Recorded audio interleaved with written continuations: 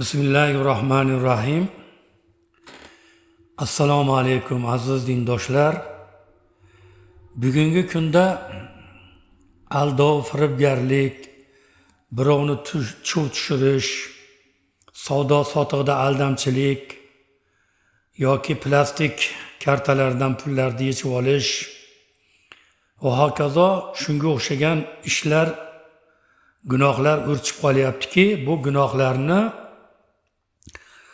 ba'zi odamlar oddiy hol yo buni bir o'zlarini fikrlarida tadbirkorlik, ustamonlik, zamonada epchil bo'lish degan maqsadlar bilan qilayotgan bo'lishligi mumkin. Lekin payg'ambar alayhissalomning hadislariga e'tibor bersak, Rasulimiz aytayaptilar, kimki aldab, firibgarlik qilib, biror narsani o'ndirib olsa, u bizdan emas dedilar. Ya'ni mendan emas ham deb keltirganlar. Payg'ambar alayhissalom bozorga kirganlarida bir odam bug'doy sotayotgan ekan. Bug'doyni o'rtasiga qo'llarini tiqib ko'rdilar, ichkari nam, tashqari quruq ekan. Namini ko'rsatib sotmaysanmi deganlarida, odamlar olmaydi-da deganlarida, Rasulimiz sollallohu alayhi vasallam musulmonlarni kimki aldasa bizlardan emas dedilar va bunday savdodan qattiq qaytardilar. Boshqa bir rivoyatda payg'ambar alayhissalom o'z taomini rossa maqtab sotayotgan odamning oldidan o'tib qoptilar.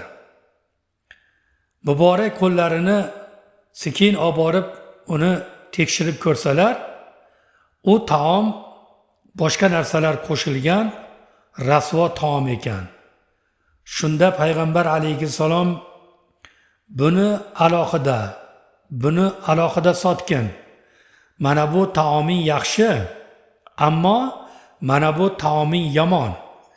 Yaxshi taomingga yomon taomingni qo'shib sotmagin. Makr, aldov do'zaxdadir deb ziyoda qildilar.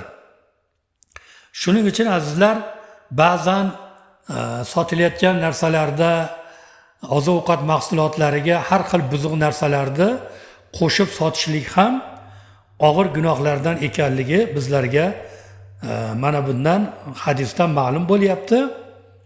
Payg'ambar alayhissalom shunday xitob qildilarki, ey odamlar, musulmonlar orasida firibgarlik yo'q, musulmonlarning orasida aldash yo'q, musulmonlarning orasida yolg'ondan savdo yo'q. Kimki bizni aldasa, u bizdan emas dedilar.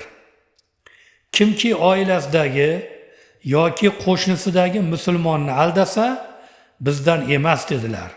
Ya'ni g'ash degani aldamoq, firib bermoq, soxtalashtirmoq degan ma'nolarda keladi. Kimki hatto o'zini oilasi a'zolarini g'ash qiladigan bo'lsa, soxtalashtiradigan bo'lsa, albatta bu payg'ambar alayhissalom aytganlaridek bizlardan emas deb marhamat qildilar. Alloh taolo barchalarimizni mana shunday bir-birlarimizni aldashlikdan, yolg'on gapirishlikdan, to'g'ri yo'l turib noto'g'ri yo'llarni ko'rsatishlikdan Alloh barchaga panoh bersin.